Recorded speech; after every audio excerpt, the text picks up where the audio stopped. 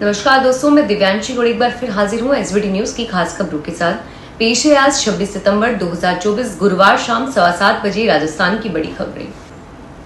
सीकर में CSD canteen को नई जगह शिफ्ट करने का मामला तूल पकड़ता जा रहा है। आज सीकर में फौजियों के द्वारा आक्रोश रैली निकाली गई, जिसमें सैकड़ों की संख्या में रिटायर्ड फौजी और उनके परिवार के लोग शामिल रहे।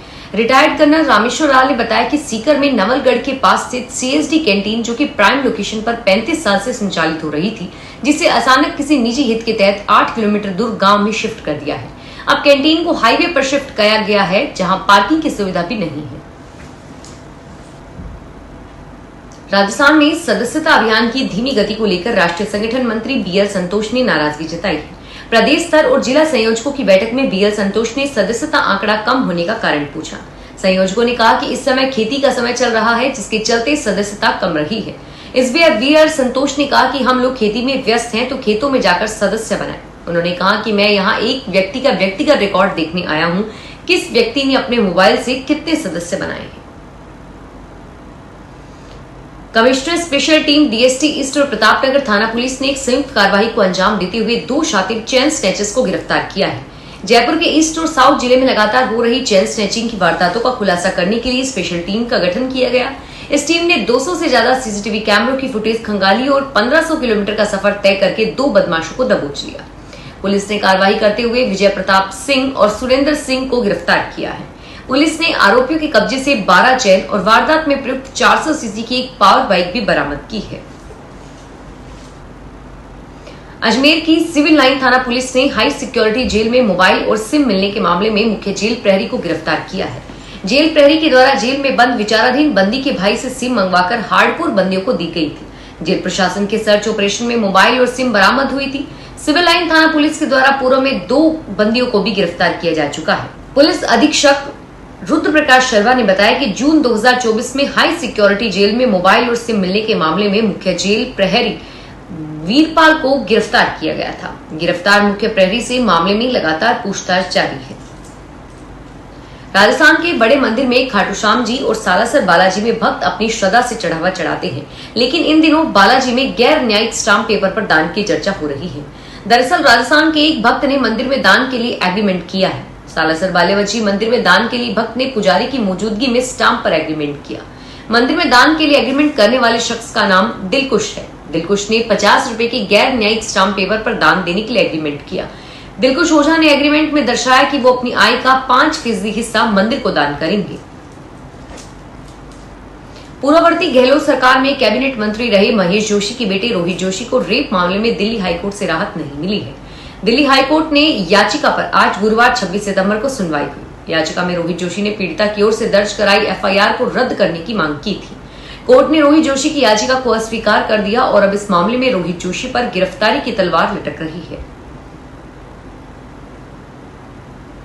भीलवाड़ा के मांडल थाना क्षेत्र के आरजिया चौराहा पर विभिन्न खुलासों के तारे जोड़ने के लिए हरियाणा पुलिस पर फिर आरजिया आएगी।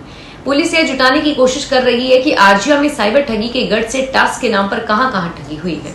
मांडल पुलिस और साइबर सेल की टीम यहां एटीएम से मिले कैमरे की गुत्थी सुलझाने की कोशिश कर रही है। हरियाणा पुलिस ने झज्जर जिले में 21 लाख की ठगी के मामले में शनिवार को आरजिया चौराहे से जुबैर पठान के मकान पर दबिश दी।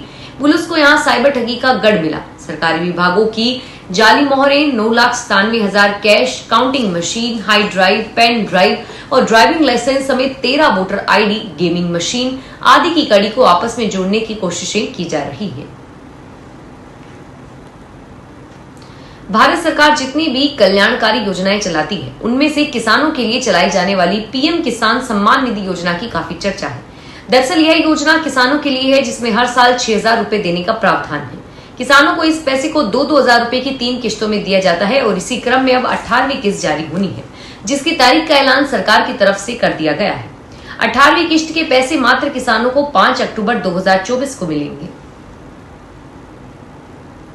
राजस्थान के भरतपुर में रुद्रावल थाना क्षेत्र के खेरिया मोड़ पर गुरुवार पुलिस ने टैक्स चोरी करके ले जा रही 10 लाख रुपए मूल्य की तंबाकू से भरी हुई कैंट्रा वाहन को जब्त किया।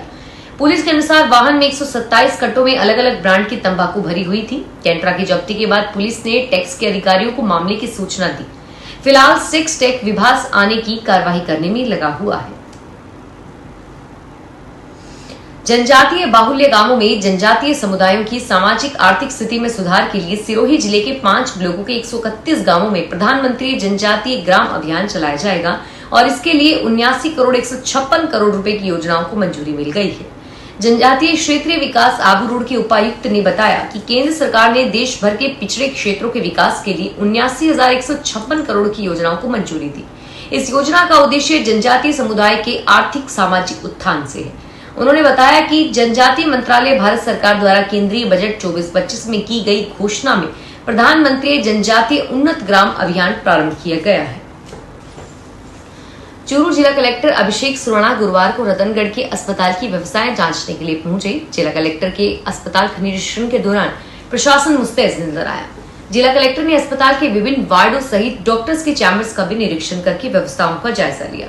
निरीक्षण के दौरान कलेक्टर ने मरीजों और उनके परिजनों को बैठने के लिए बेंच लगवाने और अस्पताल के एक भवन का रंग रोगन करवाने के निर्देश दिए और इसके साथ ही अस्पताल में गुटखा खाकर इधर उधर थूकने वालों के खिलाफ भी अभियान चलाकर कार्रवाई करने के निर्देश दिए। अस्पताल के पीएमओ ने अस्पताल के डॉक्टर और नर्सिंग स्टाफ सहित अन्य रिक्त पदों की समस्या से कलेक्टर को अवगत करवाया। करौली के लांगरा इलाके के सांगड़ा गांव में चोरों ने एक ही रात में 3 घरों के ताले तोड़कर चोरी की वारदात को अंजाम दिया। चोरों ने घरों से लाखों रुपए का सामान और चोरी कर लिया। सूचना पर पहुंची थाना पुलिस ने घटनास्थल का निरीक्षण करके चोरों की तलाश शुरू कर दी। थानाधिकारी वासुदेव ने बताया कि धर्मो पत्नी हरि सिंह, ब्रिजमोहन और रमेश पुत्र सांगड़ा ने अपने घरों में आधी रात को दीवार में सेंध मारकर और ताला खोलकर चोरी होने की सूचना दी। एफआईआर में बताया कि आधी रात को चोर घर की दीवार में सेंध लगाकर अलमारी और कमरों के ताले तोड़कर सोने चांदी के गहने और अन्य सामान लेकर फरार हो गए। अजमेर में नसीराबाद क्षेत्र के गांव ढाल से एक विवाहिता घर से बिना बताए 4 लाख रुपए नगद और जेवरात सहित लापता हो गई, जिस पर विवाहिता के पति ने गुमशुदगी की रिपोर्ट दर्ज कराई है। नसीराबाद थाने में कराई गई गुमशुदगी की रिपोर्ट में पति ने बताया कि उसकी पत्नी मंगलवार को रात 9 बजे घर से बिना बताए 4 लाख रुपए और सोने चांदी के जेवरात लेकर चली गई, जिस पर उसने अपनी पत्नी को सभी परिचितों और आसपास काफी लोगों के साथ तलाश किया, लेकिन उसका कहीं पता नहीं लगा।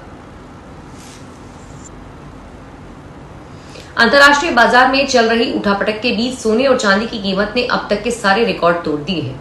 गुरुवार को दूसरे दिन सोने की कीमत अपने ऑल टाइम हाई पर रही और इसके बाद 24 कैरेट 10 ग्राम सोने की कीमत 77,500 रुपए पर हुई है और वहीं चांदी प्रति किलो में 500 रुपए का इजाफा हुआ है। इसके बाद चांदी की कीमत 93,500 रुपए पर आ गई है।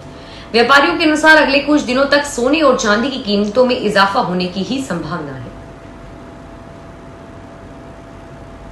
बीकानेर के अनाज मंडी क्षेत्र में एक युवक से बदमाशों ने करीब 45,000 रुपए ठग लिए। फर्जी पुलिसकर्मी बनकर आए बदमाशों ने युवक को रोककर पूछताछ की और फिर चेकिंग शुरू कर दी। इस दौरान उसके पास 45,000 रुपए निकले। इस संबंध में अन्नाराम मेघवाल ने बीछवाल थाने में भी मामला दर्ज करवाया है। सीकर के कोतवाली थाना इलाके में एटीएम कार्ड बदलकर ठगी का मामला सामने आया है। एटीएम बूथ पर लड़के ने महिला का एटीएम कार्ड बदल लिया और उनके अकाउंट से करीब 1.5 लाख रुपए निकाल लिए। अब कोतवाली पुलिस मामले की लगातार जांच कर रही है। सीकर निवासी महिला मीनू ने कोतवाली पुलिस में रिपोर्ट देकर बताया कि उनके पास इंडियन बैंक का एटीएम कार्ड है। मीनू अपने कार्ड से पैसे निकालने के लिए 24 सितंबर को फागलवा पेट्रोल पंप के पास बैंक ऑफ बड़ौदा के बूथ पर गई थी, जहां एक लड़के ने उनका एटीएम कार्ड बदल लिया और इस बैंक का दूसरा एटीएम उन्हें दे दिया। इसके बाद अकाउंट से 6 बार में 1,50,985 रुपए निकाल लिए। फिलहाल कोतवाली पुलिस ने मामला दर्ज करके जांच शुरू कर दी है। दिल्ली में कामों को लेकर पूर्व मुख्यमंत्री अरविंद केजरीवाल एक्शन मोड में हैं। केजरीवाल ने मुख्यमंत्री आतिशी के साथ सड़कों का जायजा लिया। वे दिल्ली में युद्ध स्तर पर कार्य कर रहे हैं। दिल्ली के सीएम आतिशी आप के राष्ट्रीय संयोजक अरविंद केजरीवाल और पूर्व उप मुख्यमंत्री मनीष सिसोदिया के साथ स्थिति का निरीक्षण करने गए। वे दिल्ली विश्वविद्यालय भी पहुंचे और वहां केजरीवाल ने कहा कि उन्होंने मुझे जेल भेजकर दिल्ली के काम रोक दिए थे। सड़कें खराब हो गई है और उनका मकसद यही था। आज मैंने मुख्यमंत्री आतिशी के साथ दिल्ली यूनिवर्सिटी में एक सड़क का निरीक्षण किया और इस सड़क को भी जल्द ही ठीक किया जाएगा। Central board of film certification ने गुरुवार को बॉम्बे हाई कोर्ट में अगर कंगना रनौत की फिल्म इमरजेंसी को कुछ कट्स के बाद रिलीज होने की मंजूरी दी जा सकती है, तो कंगना की फिल्म इमरजेंसी पहले 6 सितंबर को रिलीज हो रही थी, लेकिन सेंसर बोर्ड से मंजूरी न मिलने के चलते इसकी रिलीज अटक गई। सेंसर बोर्ड फिल्म को सर्टिफिकेट जारी नहीं कर रहा और फिल्म की रिलीज में देरी कर रहा है। कंगना रनौत ने अपनी फिल्म इमरजेंसी में अभिनय के साथ ही उसका निर्देशन भी किया है। फिल्म में कंगना ने पूर्व प्रधानमंत्री इंदिरा गांधी की भूमिका निभाई है। इस फिल्म को लेकर सिख संगठनों ने आपत्ति जताई है। इनमें शिरोमणि अकाली दल भी शामिल है। मुंबई की मेट्रोपॉलिटन मजिस्ट्रेट अदालत ने शिवसेना के राज्यसभा सांसद संजय राउत को मानहानि के मामले में दोषी ठहराते हुए 15 दिन की सजा सुनाई है। इसके साथ ही राउत को 25,000 रुपए का जुर्माना भी भरना होगा। बता दें कि संजय राउत पर लगा ये मानहानि का मामला भाजपा की पूर्व सांसद किरोड़ी सोमैया की पत्नी डॉक्टर मेधा सोमैया द्वारा दायर किया गया था। राजस्थान में उपचुनाव से पूर्व दौसा विधानसभा क्षेत्र में संगठन को मजबूत करने के लिए भाजपा प्रदेश अध्यक्ष मदन राठौड़ बुधवार को दौसा प्रवास पर रहे। इस दौरान उन्होंने 5 मंडलों के बूथों पर जाकर सदस्यता अभियान सहित संगठन के कामकाज को गति प्रदान की। हालांकि दौसा में प्रवेश करते ही वो अपने ही नेताओं पर भड़क गए और वहीं किरोड़ीलाल मीणा के इस्तीफे के सवाल पर वे कहा कि भाजपा प्रदेश अध्यक्ष मदन राठौड़ ने कहा कि भाजपा विचारधारा आधारित पार्टी है, जहां कार्यकर्ताओं को सर्वोपरि माना जाता है। फिलहाल इस बुलेटिन में इतना ही और फिर हाजिर होंगे तमाम बड़ी खबरों के साथ। धन्यवाद।